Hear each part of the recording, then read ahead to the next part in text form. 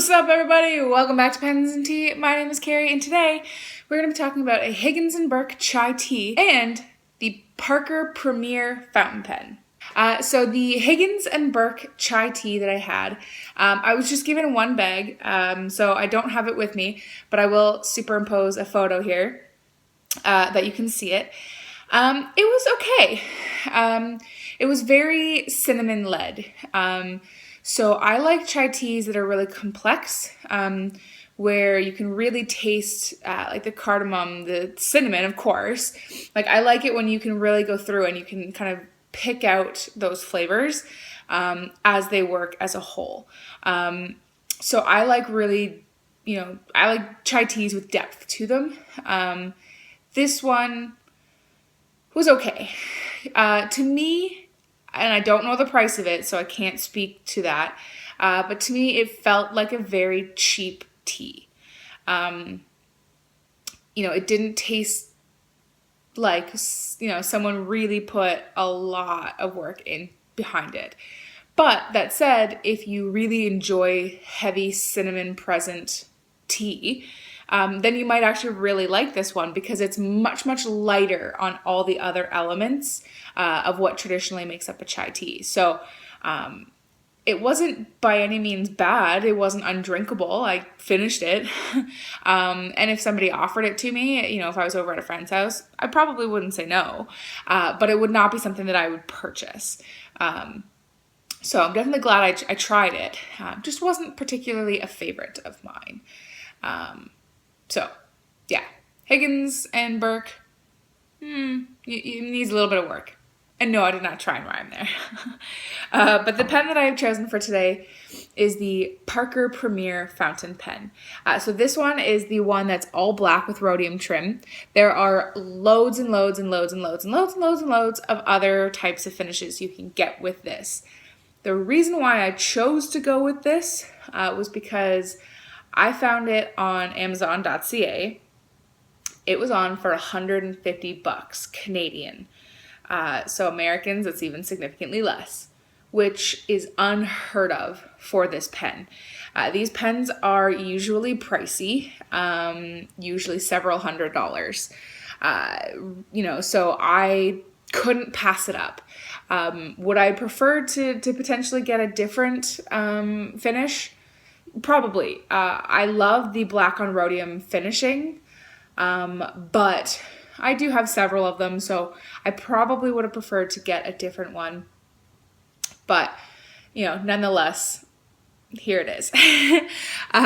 So the top here is all silver, so rhodium plated, and it has these three sort of indents into the finial.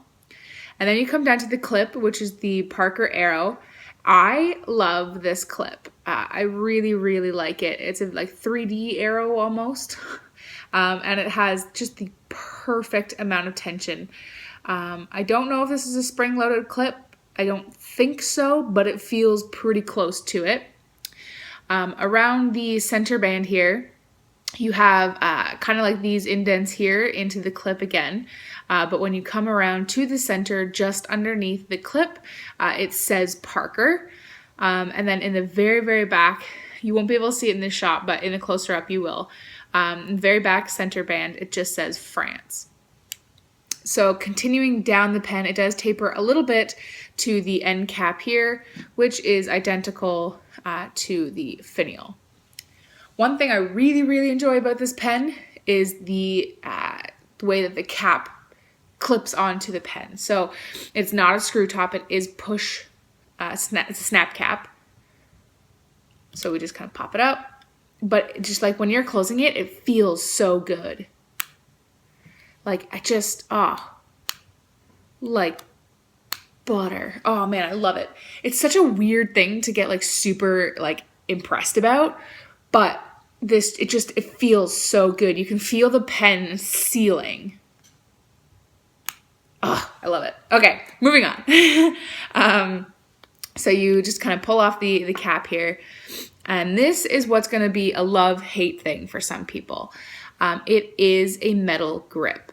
So I know a lot of people lose their minds over Visconti for having metal grips. Well, get ready to lose your mind because this has a metal grip. So it's very reminiscent to the cap here with all of these kind of indents. The grip fashion's the same thing, both down towards the body and towards the nib as well, and has a very sleek metal here where your fingers predominantly rest. Then you come down to the nib, which is a medium nib, and it is also all rhodium plated. Again, you'll be able to see it in a closer up. Basically, it shows the Parker arrow. It says Parker 18 karat 750. So it is a gold nib. It's just rhodium plated. And if you unscrew the barrel, it will reveal the proprietary Parker cartridge. And if you screw this guy back on, the grip section is very large, so your thumb will rest somewhere within the metal threads here. There is a step up where the cap posts or sits onto. It's not a huge step up, but you feel it if your thumb is there. But I mean, the section is so large that I think 99% of the people that use this pen won't have an issue with it.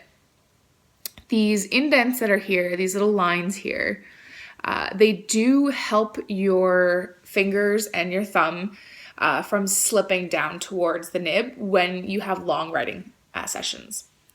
I will say metal grip sections don't typically bother me. I've used a lot of the Visconti ones.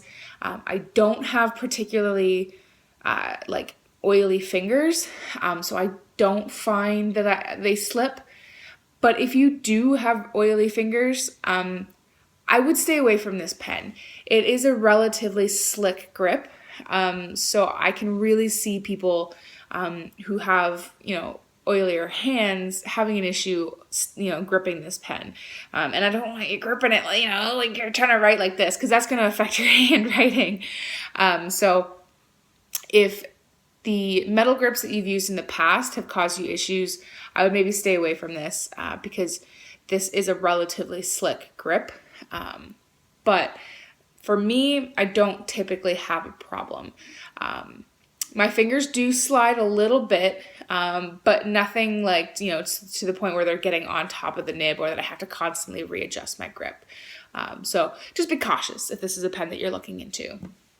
I love the weight of it. Being metal, it does definitely have some good weight to it, but it is very well balanced.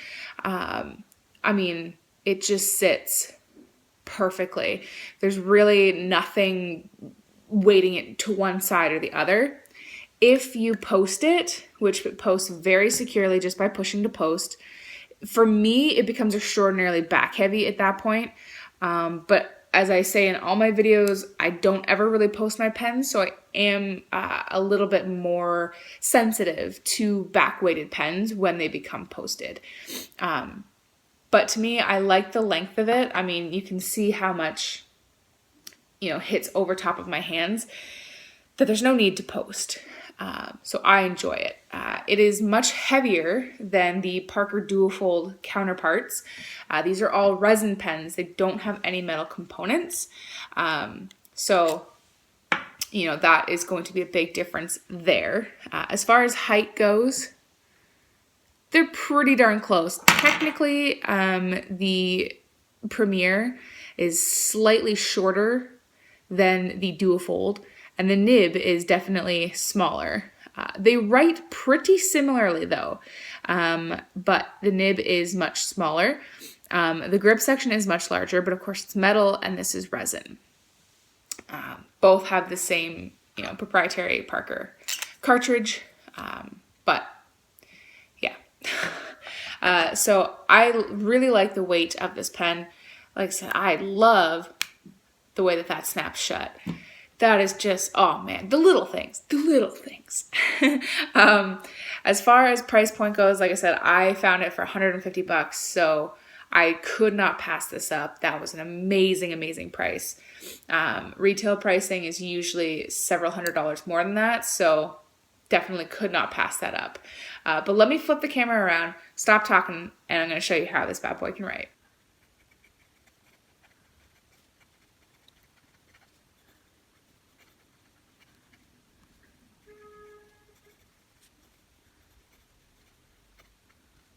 All right, so just a quick sum. Here we have the Parker Premier Medium gold nib. It's 18 karat. Paper for today is Clairefontaine, and the ink choice is Monteverde Burgundy. This is Monteverde's original line from way back when. This is not their new stuff. Just heads up. So really quickly, you can tell the difference between this medium line and this PO nib from the Pilot 912 in my last video. You can definitely tell how thin this is. This is, I would say, a typical, European medium. It's a pretty thick medium nib. I would almost say it's like a medium to broad. Maybe more in the medium than the broad, but it's definitely a thick medium. The wetness of the pen, pretty darn wet, and I love it. So again, those who watch a lot of my videos know that I like wetter the better. So I really enjoy the fact that this is a wet nib. Line variation, there is definitely some to be had, but it's not at all a flex pen. I mean, you're really not going to be able to push too much out of it. Really, you're not really noticing a whole lot of line variation. It's more just like that extra push of ink that you get to bring out some shading, which this ink shades pretty well, actually. This nib is very, very smooth. You do have a hint of a feedback, just a little bit, to know that you are, of course, writing on paper. And reverse writing, you can. It's not super pleasant. It is a little bit scratchy to reverse write, but it does kind of hold up as far as like a little bit of ink flow goes. And you can go to like an extra fine if you're going that way. So I quite enjoy this nib. I am pretty sure I'm going to be picking up another Premier, but in a different finish. And I'm going to send it back, actually. Parker has a program where as long as you, within the first 26 days of purchasing the pen, you send it back to Parker, you can do a nib exchange. So a lot of their pens come with medium nibs, and I'm really interested to see what their fine nib is like. So in my next... Oh God, I love the way that closes. In my next Premier pen, I think I'm going to actually send it back and get a fine nib and test that out. Of course, if I do that, I will be back with another review to let you know with that new finish as well. But guys, that's going to be it for me today. If you like the video, hit the thumbs up button. If you really like the video and you haven't yet done so already, please do hit the subscribe button. New videos come out every Monday and Friday, and occasional Q&A on Tuesday. And don't be afraid of the comment section either, and definitely don't be afraid to let others know how you like the video. But guys, that's gonna be it for me today. As always, I will see you next time. Bye.